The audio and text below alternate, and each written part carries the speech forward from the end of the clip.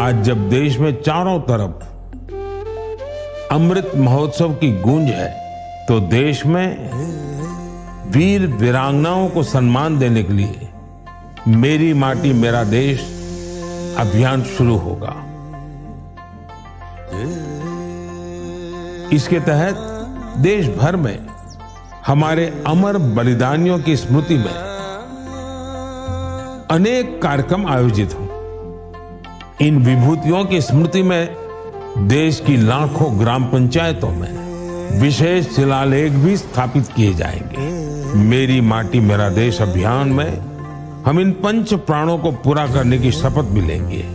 देश भर में अमृत कलश यात्रा भी निकाली जाएगी। ये यात्रा अपने साथ देश के अलग अलग हिस्सों से पौधे लेकर भी आएगी। 7500 कलश में आई माटी और पौधों से मिलाकर फिर नेशनल वॉर मेमोरियल के समीप अमृत वाटिका का निर्माण किया जाएगा। श्रद्धार अहोमबासी राइज, मोर माटी मोर देश प्रधानमंत्री नरेंद्र मोदी डांगरियार प्रेरणा देशप्रेमेरे उज्जीवित हुई भारतवर्षर जनसाधारणे एक अनन्य कार्यसूचीर लगत जड़ित हबले आगबाढ़िছে।